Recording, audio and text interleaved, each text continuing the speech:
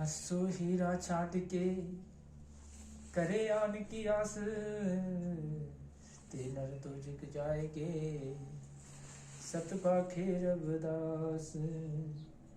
सो अटल गुरु से बिये रह जो सहज सवाए, दर्शन परसिए गुरु के जन्म मरण दुख जाए। होए सिफत खसल थी अरसो खुरसो छटिए, जिस टिटे सच्चे पातशाह जन्म मरण दे मैल कटिए। ज्ञान ध्यान कुछ कर्म न जाना, सार न जाना तेरी, सबते बड़े सतगुरु रविदास जी महाराज, जिन कले रखे मेरी। एक ओंकार सतनाम श्री वाहिगुरु जी। बाणी श्री गुरु रविदास महाराज जियों की। 12 मास फागण चढ़िया फागण मास, जब बोली सब गुलजार, धरती सब हरियावली सुंदर बाग बहार। बुलबुल मस्त बहार पर भंवरा भई गुलजार, निवण फल बहु बाग में गल गल आम अनार। गुरमुख गुर की शरण गही करते खूब विचार, सतगुरु के परताप कर समझे सार असार। करके दृढ़ उपदेश गुर भवनिध उतरे पार, मंद भाग बिन सतगुरा डूबन भवनिध पार। सतगुर के प्रसादी हम जानिया आत्म राम, जानन योग सो जानिया जो आत्म निज धाम। मिटिया गमन गुर दया ते पाया अब विश्राम, अनेक जन्म दुख पाए कर आए गुर की शाम। जिहड़े बिछड़े तिह मिलो भय सो आत्म राम, जन रविदास गुर भजन बिन नहीं अवर कछु काम। गुरु चरणों का ध्यान कर सुन 12 मासक उपदेश, पढ़े सुने जो प्रेम कर होवे कल्याण। गुरु प्यारी साध संगत जियो, सतगुरु जी फरमाते हैं, चढ़िया फागण मास जब फूली सब गुलजार, धरती सब हरियावली सुंदर बाग बहार। बुलबुल मस्त बहार पर भंवरा भई गुलजार, निवण फल बहु बाग में गल गल आम अनार। गुरु प्यारी साध संगत जियो, सतगुरु जी फागुन महीने के सतगुरु जी फरमाते हैं कि फागुन महीने के आते ही सारी प्रकृति हरी भरी दिखाई देने लगती है। चारों ओर हरियाली ही हरियाली दिखाई देती है, हरियाली ही नजर आती है। क्योंकि इस महीने से पहले पौष और माघ के महीनों में बहुत ही सर्दी पड़ती है, कड़ाके की ठंड होती है, और सर्दी के कारण सारी वनस्पति सूनी सूनी तथा सूखी सी नजर आने लगती है। गुरु प्यारी साध संगत जियो, ऐसा लगता है मानो कि पतझड़ का मौसम है और पेड़ों के पत्ते भी गिर चुके होते हैं और पेड़ सूखे हो जाते हैं।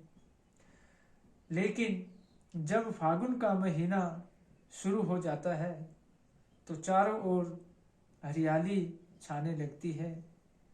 सभी बाग बगीचे के पेड़ पौधों के पत्ते हरे भरे दिखने लगते हैं, हरे भरे होने शुरू हो जाते हैं। बागों में फूल खिल जाते हैं और पेड़ों पर नई नई शाखाएं आ जाती है। और जब पेड़ों पर नई नई शाखाएं आ जाती है तो उन सुकोमल शाखाओं और पत्तों पर को देखकर कोयल भी मस्त होने लगती है। बुलबुल मस्त बहार, बुलबुल मतलब कोयल जो है वो मस्त होके बहारों के गीत गाने लगती है। इस मस्ती में आकर कोयल अपनी मधुर आवाज में गीत गाने लगती है। कोयल की मीठी आवाज सबको अपनी ओर आकर्षित करने लगती है और भंवरे भी मस्ती में आकर फूलों पर मंडराने लगते हैं और फूलों का मधुर रस चूसकर अपने जीवन में आनंद प्राप्त करने लगते हैं। बागों में नींबू, अनार, गलगल, आम और सेब के पौधे पर फूल आने लगते हैं। सतगुरु रविदास महाराज जी फरमाते हैं कि हे जीव, जिस प्रकार फागुन महीने के आते ही बागों में बहार आने लगती है, बहार आ जाती है और सभी ओर हरियाली दिखाई देने लगती है और प्रकृति तथा वनस्पति का जो रूखापन होता है वो दूर हो जाता है और सारा वातावरण सरस तथा आकर्षक दिखाई देने लगता है। चारों तरफ सुंदर नज़ारे, हरियाली देखने को मिलती है। इसी प्रकार जो जीव प्रभु नाम का सिमरन करते हैं उनके मन की जो कठोरता है और रूखापन है वो भी दूर हो जाता है। उनके अंतःकरण में एक फागुन महीने की तरह, सावन की तरह, सावन मास की तरह जो है गुलजार खिल उठती है। उनका अंतःकरण महक जाता है और जो हमारी सूरत, कोयल रूपी सूरत है, वो भी मस्ती में कूकने लगती है और रूहानियत के बागों का आनंद मनाने लगती है। मन रूपी भंवरा भी परमार्थी फुलवाड़ी के खिले फूलों पर मंडराने लगता है और मधुर रस का आनंद लेने लगता है। अर्थात जो जीव प्रभु का नाम सिमरन करते हैं उनके हृदय नर्म हो जाते हैं, कोमल हो जाते हैं। का सब जीवों के प्रति प्रेम भावना उत्पन्न हो जाती है और अहम की जो भावना है उसकी समाप्ति हो जाती है। सुरती रूहानी मंडलों की चढ़ाई चढ़ने लगती है। मन की चंचलता, जो हमारा मन है ना बहुत चंचल है, मन की चंचलता, इस मन की चंचलता भी खत्म होने लगती है और मन शांत होकर अपने अपने काम में बैठ जाता है।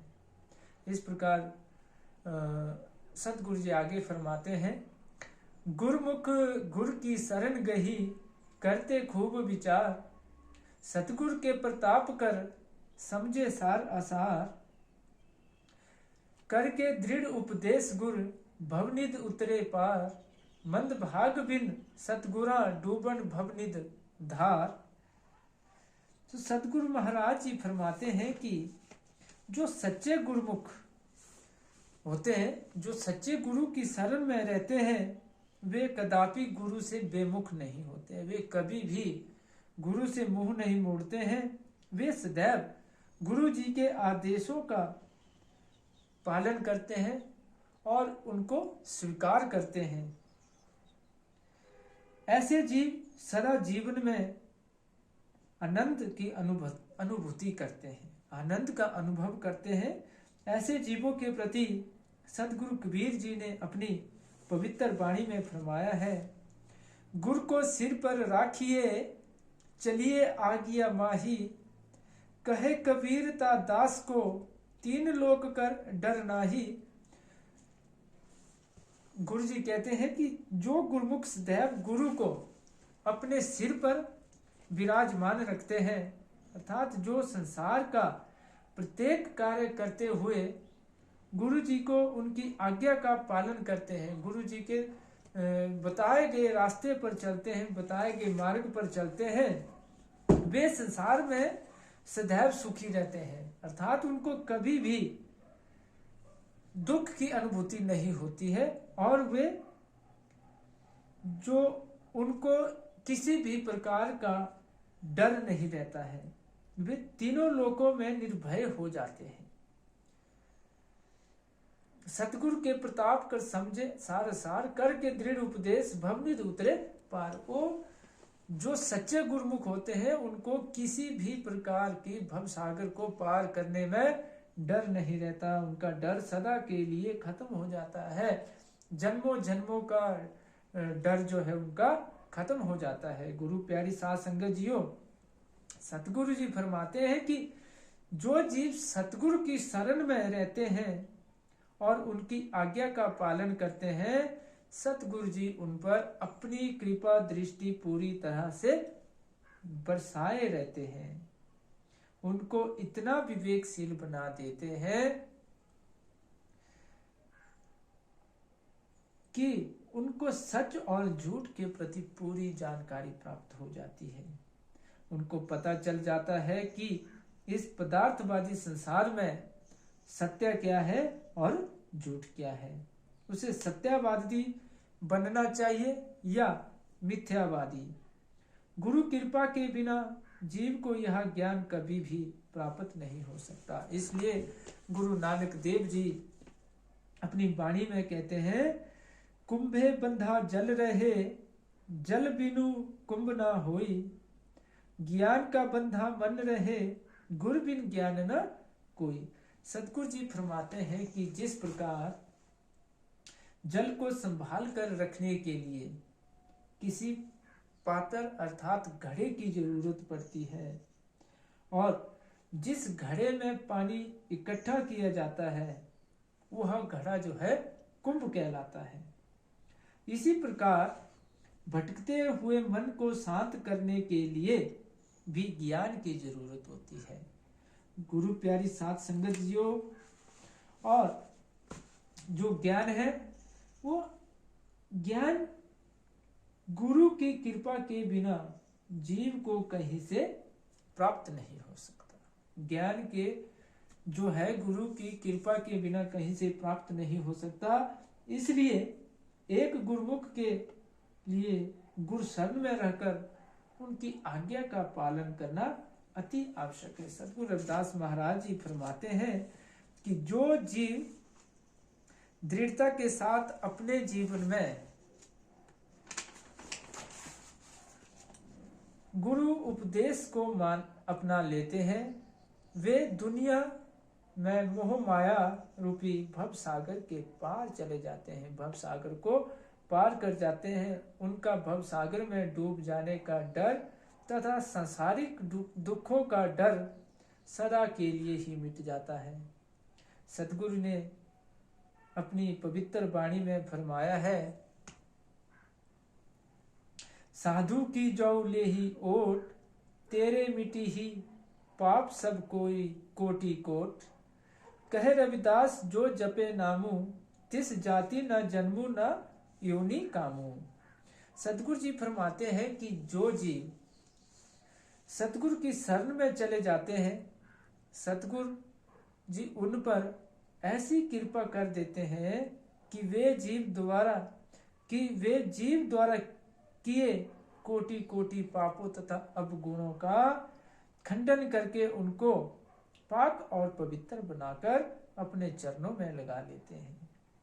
लेकिन सतगुरु जी फरमाते हैं कि जो जीव सतगुरु की शरण में रहकर प्रभु नाम का सिमरन कर लेते हैं, वे जाति पाति ऊंच नीच तथा जन्म मरण जैसे सभी प्रकार के बंधनों से मुक्त हो जाते हैं। यह सब कुछ गुरु की कृपा से ही जीव को प्राप्त होता है। पांचवी पातशाही श्री गुरु अर्जुन देव जी अपनी वाणी में फरमाते हैं, मत को भरमी भूले संसार, गुर बिन कोई न उतरसी पार। भूले कऊ गुर मार्ग पाया, अवर त्याग हरि भक्ति लाया।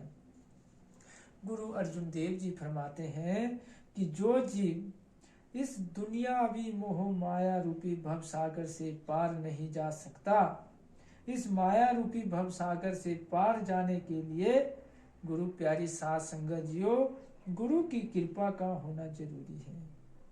गुरु जी है, गुरु जो है वो भूले भटके जीवों को उनके जीवन का मार्ग दिखाता है। वह जीव को सभी प्रकार के अवगुणों तथा विकारों से मुक्त करके उसे प्रभु भक्ति के साथ जोड़ता है। इस प्रकार परमार्थी जीवन में गुरु की भूमिका बहुत ही महत्वपूर्ण अर्थात सर्वोच्च है। लेकिन सतगुरु जी फरमाते हैं कि वे जीव बहुत ही मंदभागी होते हैं, अर्थात मंद किस्मत वाले होते हैं, जो किसी गुरु की शरण में ही नहीं गए। ऐसे जीव विकारों में फंसकर अपने जीवन को बर्बाद कर लेते हैं। वे सदैव जीवन में दुखी रहते हैं। गुरु अमृतदास जी ने अपनी पवित्र वाणी में फरमाया है, जिनी गुर गोपिया अपना तिस ठाउर ना ठाऊ, हलतू पलतू दोवे गए दरगाह नहीं थाऊ। सतगुरु जी फरमाते हैं कि जो जीव अपने जीवन में गुरु को नहीं अपनाते, उन्हें इस संसार में कहीं भी शांति नहीं मिलती। वे इधर उधर भटकते ही अपने अमूल्य जीवन को बर्बाद करते चले जाते हैं। ऐसे जीवों को ना तो इस संसार में कोई मान सम्मान हासिल होता है और ना ही प्रभु घर में कोई अच्छी जगह नसीब होती है। और ऐसे मंदभागी जीव अपने जीवन में सदैव दुखी रहते हैं और वे कभी भी भव सागर को पार नहीं कर पाते। आगे सतगुरु जी फरमाते हैं, सतगुरु के प्रसादी हम जानिया आत्म राम, जानम योग सो जानिया जो नित आत्म निज धाम। मिटिया गुमान गुर दया ते पाया अब विश्राम, अनेक जन्म दुख पाए कर आए गुरु की शाम। सतगुरु जी फरमाते हैं कि जब हे जीव, जब तू सतगुरु की शरण में चला जाएगा तो तब तुझे सतगुरु की कृपा हो जाएगी। सतगुरु की कृपा से तुझे अपने आप की पहचान भी हो जाएगी। तुझे पता चल जाएगा कि मैं कौन हूं, मैं क्या हूं और किसका रूप हूं, मैं संसार में क्या करने आया हूं। जीव को आत्मा के बारे में पूर्ण ज्ञान हो जाता है। उसे पता चल जाता है कि मेरी आत्मा उस परमात्मा का ही अंश है। इसलिए तो कबीर जी ने अपनी पवित्र वाणी में फरमाया है, कहो कबीर यही राम की अंश।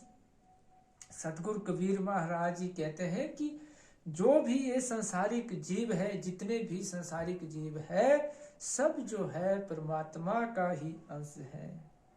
गुरु प्यारी साध संगत जियो, कई बार हमारे मन में यह ख्याल आने लगता है कि हमें नाम का पता तो चल गया है, अब हम इसका घर बैठकर सिमरन कर लेते हैं।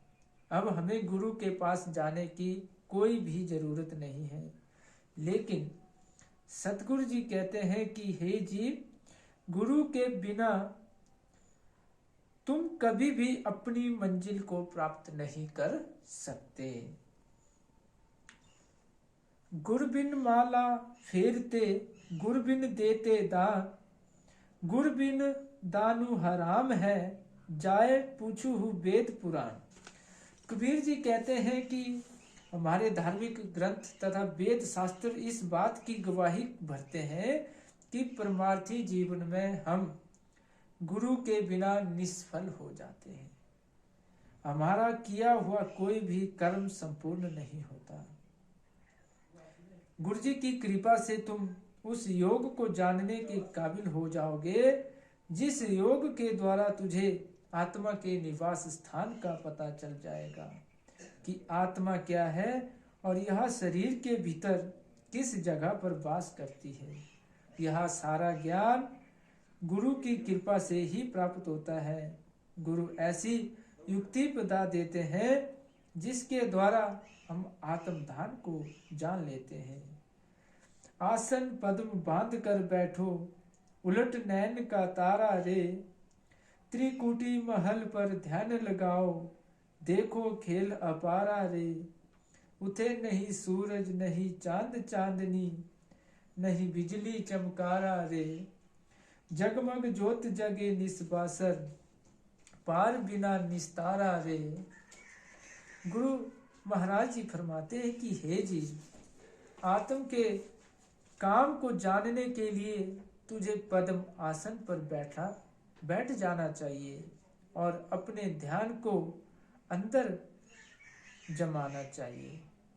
जब एक त्रिकुटी महल पर अपना ध्यान केंद्रित करते हैं तो हमें अपने अंदर की कई प्रकार के दृश्य तथा नज़ारे देखने को मिलने लगते हैं। धीरे धीरे हमारी सुरती ऊपर की चढ़ाई चढ़नी शुरू कर देती है। अंदर जाकर उसे एक ऐसी ज्योति के दर्शन होते हैं जो दिन रात जगती रहती है। वही आत्मा का काम है। इसके आगे फिर मालिक का घर है। सतगुरु जी कहते हैं कि गुरु की दया से जीव की सारी भटकना खत्म हो जाती है। संसार में उसका आवागमन खत्म हो जाता है। मन की चंचलता खत्म हो जाती है और मन शांत होकर अपने असली ठिकाने पर आराम से बैठ जाता है। आगे सतगुरु जी फरमाते हैं, जिहड़े बिछड़े तिहि मिलो, भय सो आत्म राम, जन रविदास गुरु भजन बिन नहीं अवर कछु काम। गुरु जी कहते हैं कि हमारी आत्मा जो है प्रभु का ही अंश है। यह उस परम आत्मा का से अलग नहीं है।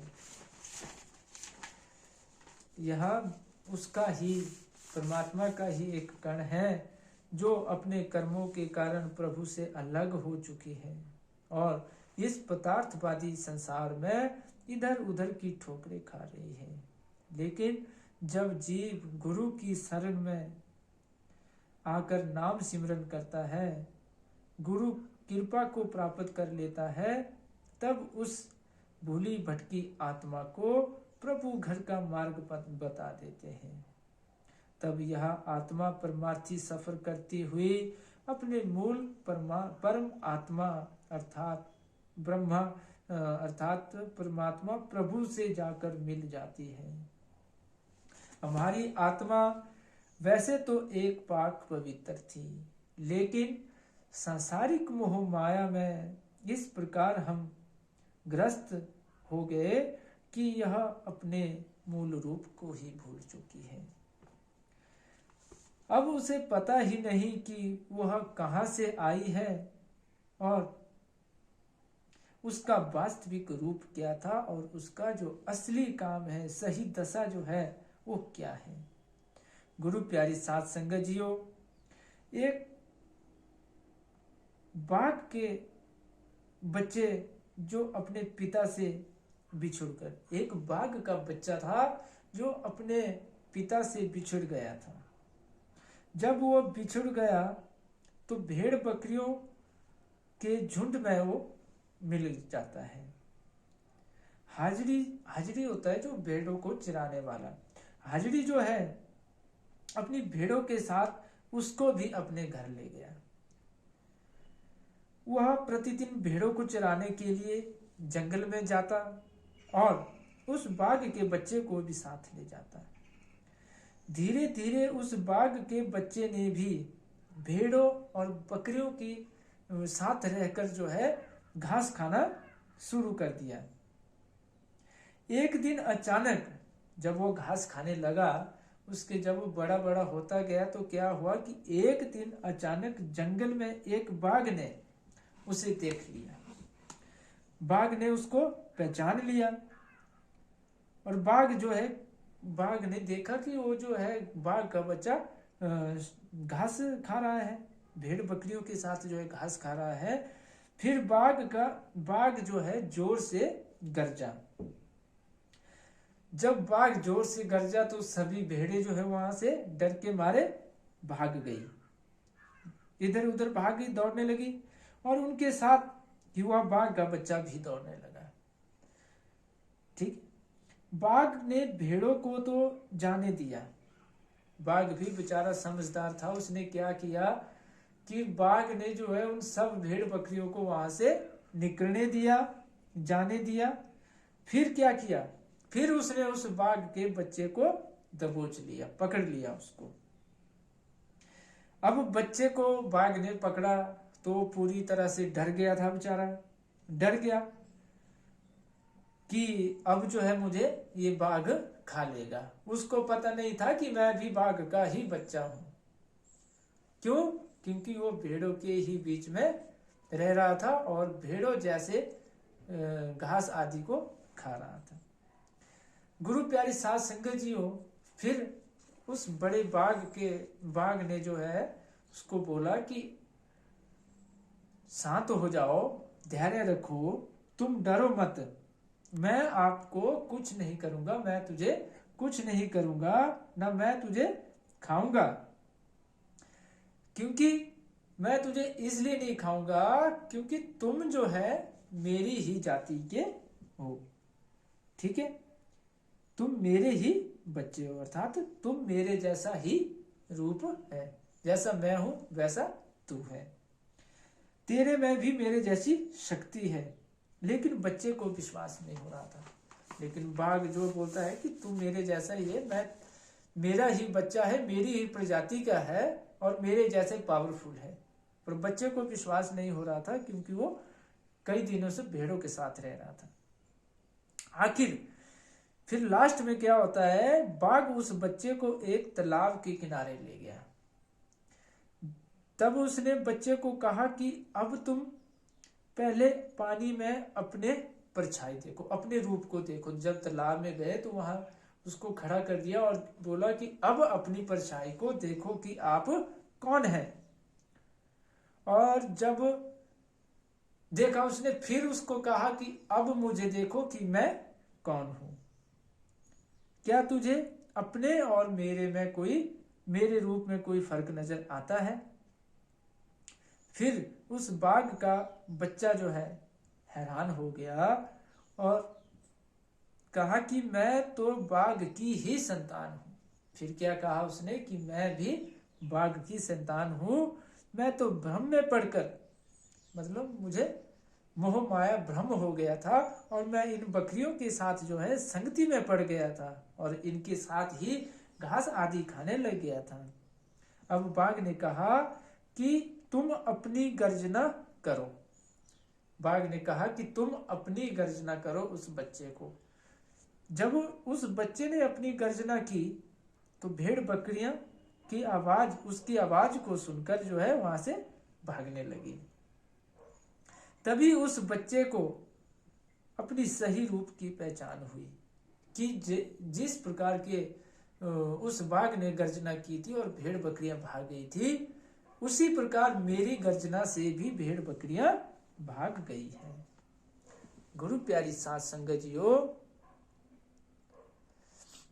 गुरु चरणों का ध्यान कर, सुन 12 मासक उपदेश, पढ़े सुने सो जो प्रेम कर, होवे कल्याण हमेश।